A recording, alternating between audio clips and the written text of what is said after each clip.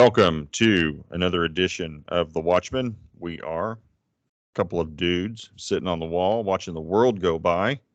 And this is the Passover, which has technically ended. They are now into Sunday in Jerusalem, and the kind of the Passover Easter edition. How we doing, Checkmate? How's it going? PaulthePoke, happy Easter. God bless, man. I'm good. I hope you're well. Hope the audience is well. Hope so too. We're going to spend a little bit of time talking about the happenings going on in the northern part of Israel, and this all started on the first day of Passover. And these events, rockets started coming in from Lebanon. We're going to scroll down. You can see the times here. This would be roughly almost 1500 military time, or 3 o'clock in the afternoon Israel time, or also about the 9th hour. And we're going to get into that here in just a little bit. And this is one of these things. It's like I woke up that, I guess it would have been Wednesday morning. Or no, I guess it would have been, I can't remember, Wednesday, Thursday morning. And this is going on. This is what I woke up to. My phone's kind of going off. And this would be the Lebanese-Israel border right here. And then missiles started coming in from Lebanon. And now this is where I'm going to call on your expertise. Now, it was ultimately determined, was this from Hezbollah or Hamas? My understanding was Hamas. Is that fair? That is fair. That was the best that I could get out of it too. Is that it happened? It was Hamas in origin. However, it was, you can't make a move in southern Lebanon really without Hezbollah knowing about it. So it's believed that Hezbollah didn't participate, but at least sanctioned it insofar as they didn't interfere. And again, for those who are new to the website, these are Iranian proxies. So they get their funding, they get a lot of their equipment, their toys, their missiles from the Iranians. Did you have any comments or thoughts along those lines? It's interesting that in Beirut, the capital of Lebanon, Hezbollah was having Hassan Nasrallah who's the sort of the top guy in Hezbollah, if you will, was meeting with the Hamas leadership at the time this happened. So anybody who said this was not a coordinated effort that's just foolishness. And the fact that they did it at 3 p.m., certainly they knew what they were doing. Absolutely, and that's where we're going to go next. And this is something I had written back in 2015. And we're going to take a look at the significance of 3 p.m. or the 9th hour. And we're going to go to Exodus 29, verses 38 through 42. Now, this is what you shall offer on the altar: 2 one-year-old lambs each day continuously. The one lamb you shall offer in the morning, the other lamb you shall offer at twilight. So this is straight out of the law, Exodus.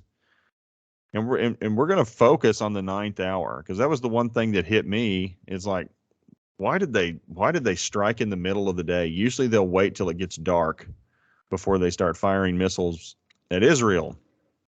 But this time they chose to do it in the middle of the day, and it kind of hit me kind of funny. And then, we started texting back and forth about that time and started asking questions of one another. And hey, guess what? It's the 9th hour.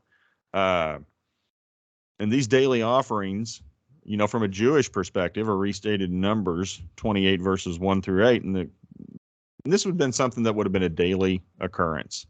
And we get that. The text tells them to do that on a daily basis, daily or continuously, or tamid in the Hebrew. And it's continuity, perpetuity, continuously is the idea. And we get the same thing from the book of Acts. This is right after Jesus was resurrected. Acts 3:1. Now Peter and John were going up to the temple at the 9th hour, the hour of prayer. The 9th hour of daylight is roughly 3 p.m. in the afternoon. Now they don't have clocks like we do, or watches, or atomic clocks, so we're all in sync. That didn't happen back in the day, but we're talking loosely. This was their timekeeping system of the day. get into some words as far as Arab Boker, morning, evening, etc. We'll skip through that. A specific time not indicated in the Bible for the specific morning sacrifice, but extra biblical sources such as Josephus, the historian, a Jewish historian, Philo, and the Mishnah oral teachings of the Mosaic Law indicate the morning daily sacrifice took place at the third hour of daylight, or 9 a.m. Well, start connecting the dots. Who went on the cross at 9 a.m. in the morning? And we get that from Mark 15, verse 25. It was the third hour when they crucified him. Mark 15, verses 34 and 37, at the ninth hour, roughly 3 o'clock in the afternoon, Jesus cried out with a loud voice, my God, why have you forsaken me? So the crucifixion started at the third hour, 9 a.m. He died at the ninth hour, or 3 p.m. So these guys, when they launched these missiles, they knew exactly what the Sea of Galilee, no region. Yeah. No. Yeah. Yeah, it's even better. That's right. Where Jesus most of his ministry take place. So I mean, they knew they would be offending Judaism and Christianity by firing these missiles at that time. I mean, you will never convince me that wasn't intentional. So, and that's the season we're in the spring feast we're coming out of. And ultimately Jesus's death on the cross is the perpetual and eternal sacrifice for all time. Sin happens every day, and Jesus died for all of them. His death is the Tamid, perpetual sacrifice for sin. So there's some other stuff on the website in regards to the Holy Week, as far as or the Passion Week. And there's something even greater about that. And having read far too many of Osama bin Laden's statements from the 90s and into the early 2000s, nauseating amounts of them, which are characterized alternatingly with distortions and exaggerations and a retelling of the history of the American will towards the Middle East. There's enough truth in it that you're like, oh, that hurts, but there's enough lies in it that you're like, this is disgusting. This is a definitely a false read of the history. But I can assure you that when they pass the hat for donations to various causes of a jihad nature, be it a Shiite jihad like Hezbollah, or be it a Salafi jihad like Al Qaeda, or a Deobandi jihad like the ones that come out of Pakistan and Afghanistan, there's going to be at the critical moment of what their faith commands them, is the pinnacle of what they believe. They didn't answer back when we hit them in one of their holy places. I can assure you that soundbite is circulating among the more extreme elements.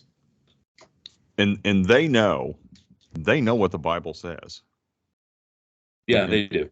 And they will act on it. I mean, and I would argue they know the Bible better than a lot of folks who claim to believe the Bible. Many of them. Many of the ones who do their thinking in theological terms, they know it pretty well. But they, the ones who do that, who do comparative analysis, they do it not because honest about faith doctrine.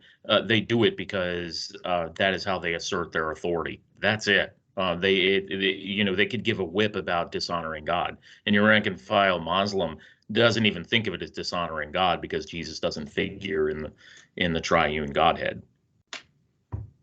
Well, they're going for impact, and yeah, they are. It's a cynical move that they pulled, because you also remember that right now in Syria, we have the U.S. military has been exchanging fire with Iranian-backed Islamic hotheads, and chances are they got discredited further. Yeah, and that's over in this eastern part of Syria, is where all this is taking place. Yeah, the Euphrates Valley. Yeah, in the Euphrates. So with that, we'll transfer from the ninth hour. And here was one of the posts that came out. And you like this website quite a bit. They detailed what happened in the initial barrage of rockets, and I'm sure you have some comments on that. I do. I just got another update from one of my contacts from that part of the world, though. I think now might be a good time because it kind of teases up the ending of what we had planned on talking about. All right, let's do it on the fly. Make a change. He wrote, Israel may be at the edge of its greatest war since 1973. This is bad. It could easily be a 6-front war: Iran, Lebanon, West Bank, Gaza, Yemen, and Israeli Arabs all at once. And the U.S. does not really have Israel's back. The next week will tell. This is a guy who's really pretty plugged in. And I think that with all the factionalism that you and I were just discussing, and tends to mesmerize the average viewer, although I think our viewers are quite a bit above average. Nevertheless, it's looking bad just with the events that we'll ultimately get to, that he buzzed me about just before we started, and we'll work up to that. But with the Hayum piece, we can resume there. It's just, as we were talking, it's one of those God moments that you and I are just spitballing on how this thing could get out of control and what they mean by these things. And the fact that, their ultimate aim is big Satan being the United States, and that they knew what they were doing when they fired those rockets into Galilee at 3 p.m. And here we have, an Israeli questioning whether or not America has their back. Yeah, and it's a good question. And it also fits in, with Ezekiel 38:39, and many times how we've talked about how nobody comes to Israel's defense when Ezekiel 38:39 goes down, Russia comes to invade. Everybody kind of stands around and questions Russia. And that includes, obviously, the United States. Only ones that do bring it up would be ancient Sheba, ancient Dedan, which would be the modern day Saudis.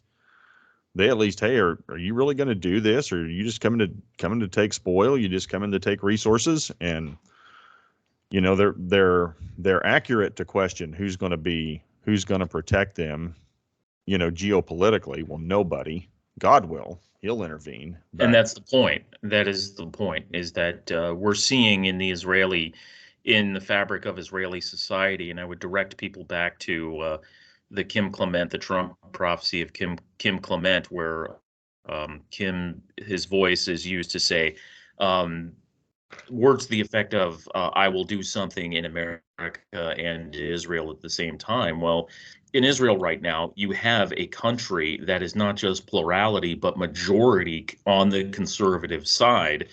And like the United States, they're grappling with the power structures being aligned the other way. And it's not going down that well with the population. Same thing here in the United States, I would argue, is that we know that 2020 had its issues. We know that 2022 probably had issues too, but the people were able to break the static. But nevertheless, you can't really talk about it. So you have two analogous situations of populations being aligned against the power structures that have heretofore pervaded the two societies. And that is being used to show weakness outwardly to Israel's foes. And the whole point of Ezekiel 30:39 is the Lord is saying, I defend Israel. I will the covenant. Maybe, renewing the covenant because they don't really need renewed. God is forever. But nevertheless, I agree. I think that maybe the Lord wants the United States in a state of paralysis that he can have his way with his firstborn. And that's part of it, because he states it so that you will know I am in charge. God wants to make it clear. I'm running. I just hate to have that happen, because there are those of us who, believe in the power of covenant. As Christians, it's not necessarily that we're pro-Israel over the United States by any means, but we watch it very carefully because it's part of our responsibilities to steward, to keep a good eye on it. And I think the idea that the United States would sit it out, or at least be powerless to do anything. Yeah, and we're going to get into to some of that potentially here in a couple of more slides. We'll go back to the original shelling, and doesn't appear like, well, I say that, it looks like there's some damage obviously there, but how effective were those rockets, those salvos, as it said?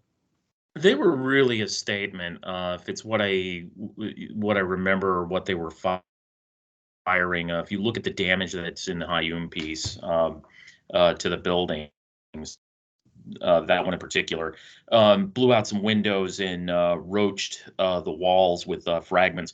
It's what's called a high explosive fragmentary warhead. They used to fire these things at my base in Iraq for sport, usually about 8 a night, because they make a big bang when they go off, and there's no denying you're getting hit by something, and it will kill you if you're, certainly in the wrong spot.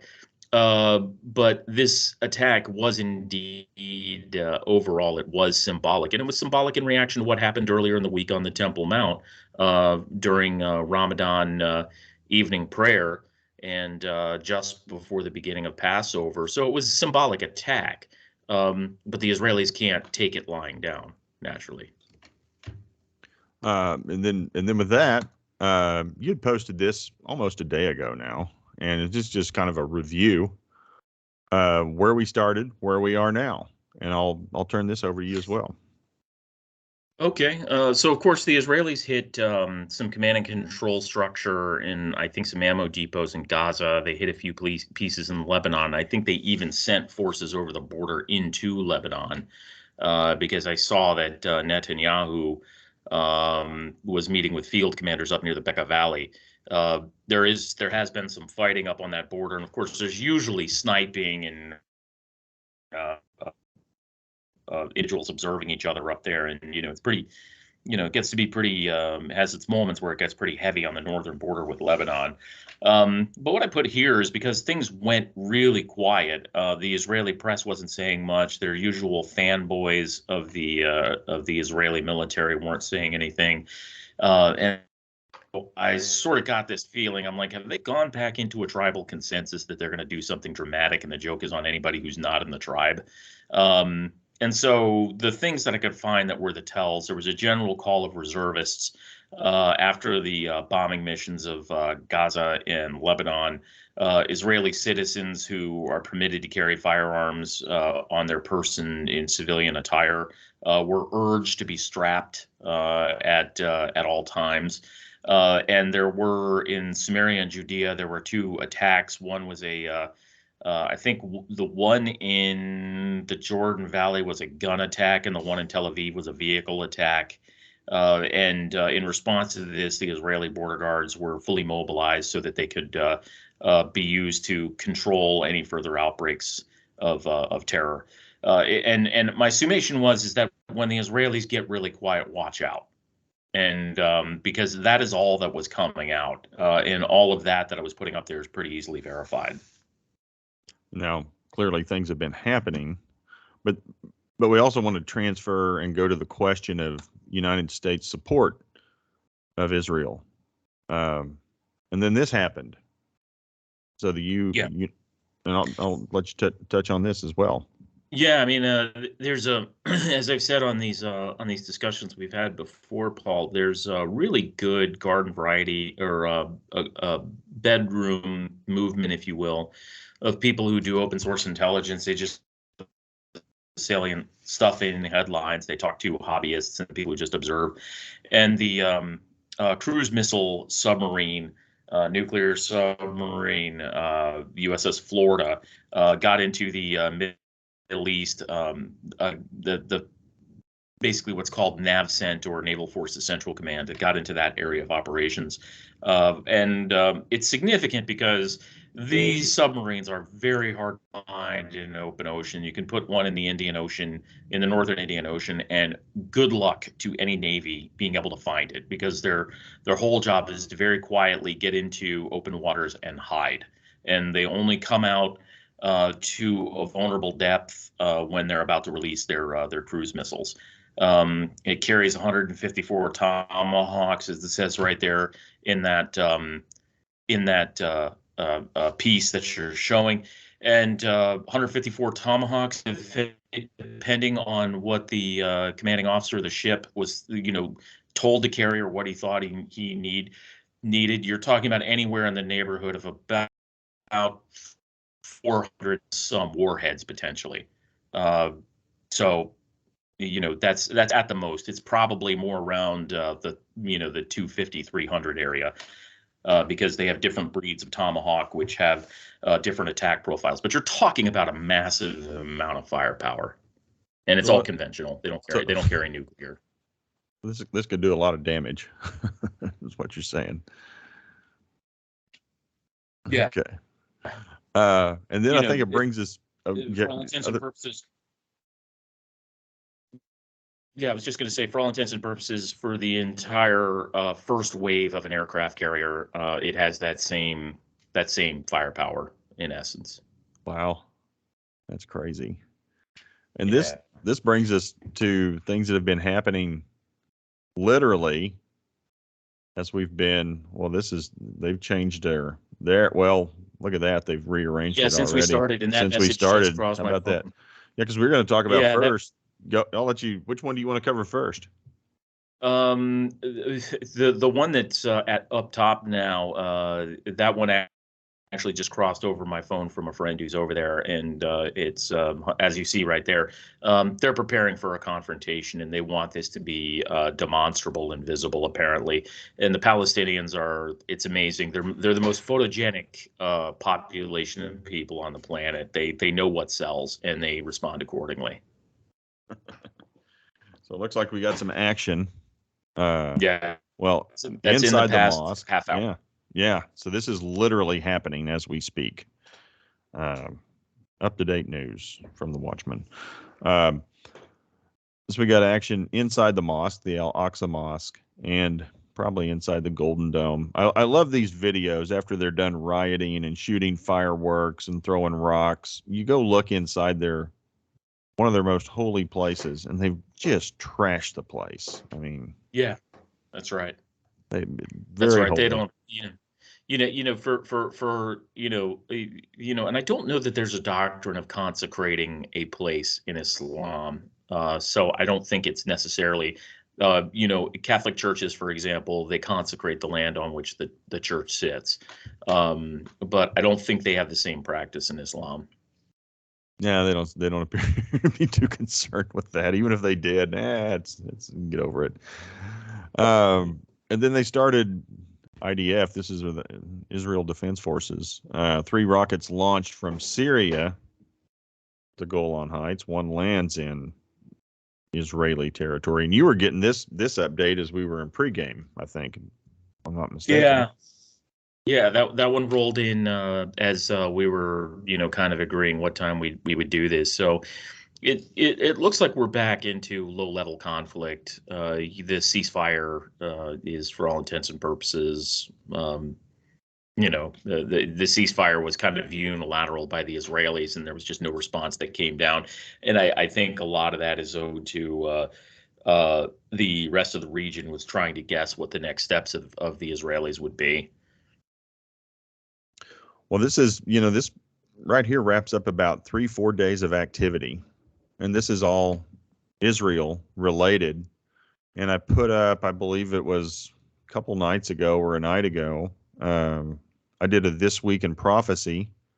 And it's like we were talking about a week ago. We are literally getting, any of these events that have recently happened, if they were standalone events, would have been massive global news of importance. And we're getting 5, 6, 7 of some of these things in a day or two now, and you're really seeing things ratchet up again.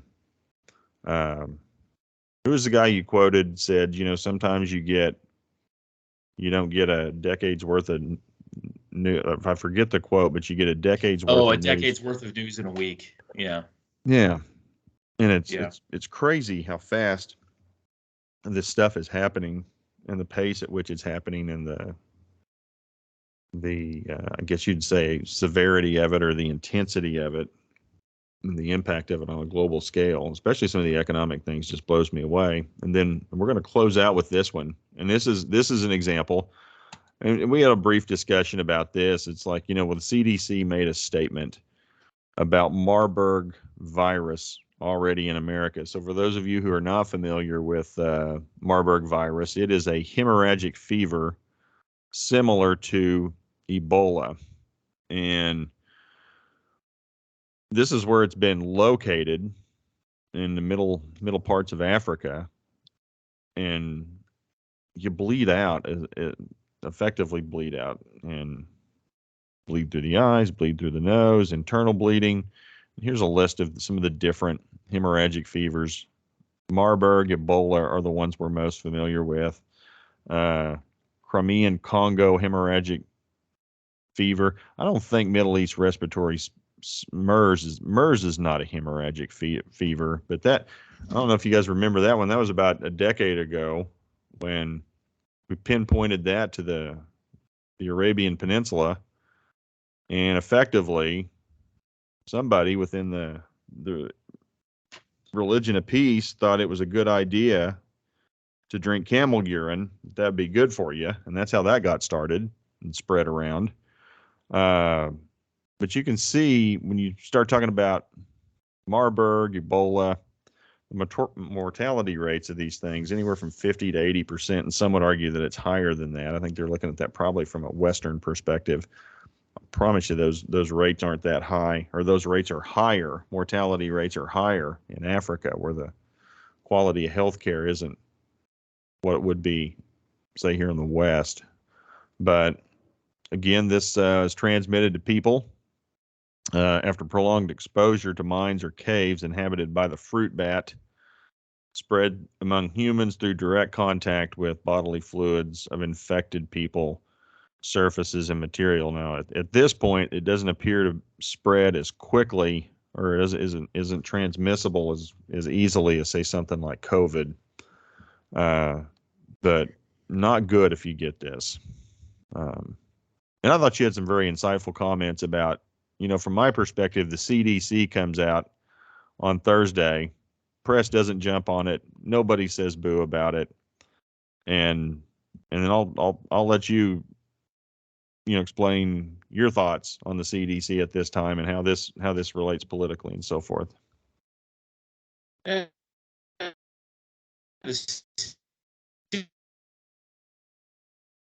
breaking up, man. CDC's got so much trust when they say something is coming. It's also if people are, I think this is a natural consequence of COVID, they're going to accuse the CDC of overhyping the potential of Marburg. I know that the Russians played with Marburg, doing gain of function work on it, and it was basically determined at a certain point when they got a hold of these various pathogens, and they were using them. One of the places they were using them was Sverdlovsk, which is where Francis Gary Power was shot down, by the way, was over Sverdlovsk. They were experimenting with it, and they wanted to put them on top of missiles so that they could take over American cities, but not have to deal with a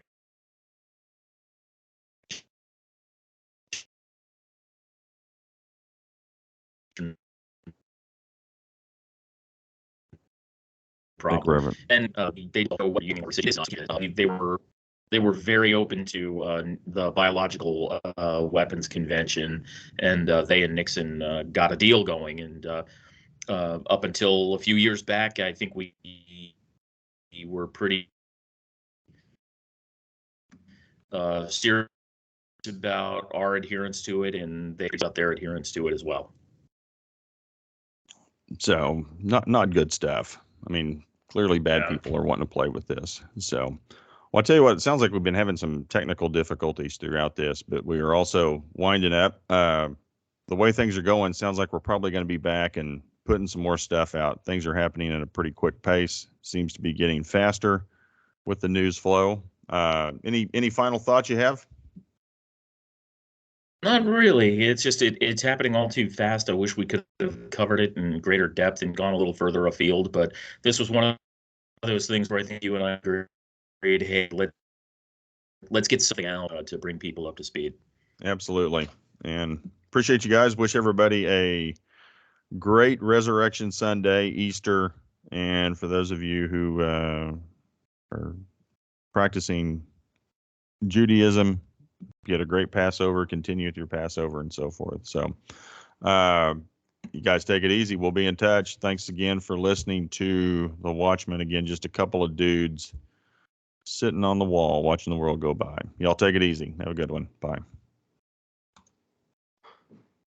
Whoops.